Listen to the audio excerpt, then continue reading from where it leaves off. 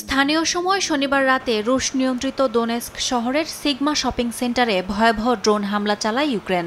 আগুন ধরে যায় পুরো ভবনে। রুশ কর্তৃপক্ষ জানায় হামলাটি ছিল বেসামরিক এলাকায়, যেখানে কোনো সামরিক সরঞ্জাম বা অস্ত্র ছিল না। ঘটনাস্থল থেকে উচ্চ বিস্ফোরক ড্রোনের টুকরো উদ্ধার করা হয়েছে বলেও দাবি তাদের।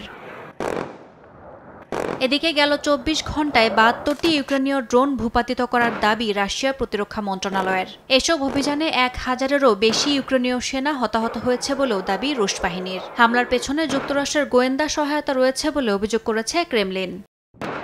রুশ প্রতিরক্ষা মন্ত্রণালয় জানায়, ইউক্রেনীয় বাহিনী শনিবার রাশিয়ার উফা শহরে অন্যতম বড় জ্বালানি কেন্দ্রে ড্রোন হামলা চালায়। রাশিয়ার পাল্টা বিমান ও ড্রোন হামলায় ইউক্রেনের সামরিক স্থাপনা, জ্বালানি ও পরিবহন অবকাঠামো লক্ষ্যবস্তু করা হয়েছে বলে জানায় মস্কো। মার্কিন গণমাধ্যম ফাইন্যান্সিয়াল টাইমসের প্রতিবেদনেও বলা হয়েছে, ওয়াশিংটন কয়েক মাস ধরে ইউক্রেনকে রুশ জ্বালানি স্থাপনাগুলোতে আঘাত হানতে তথ্য সরবরাহ করছে।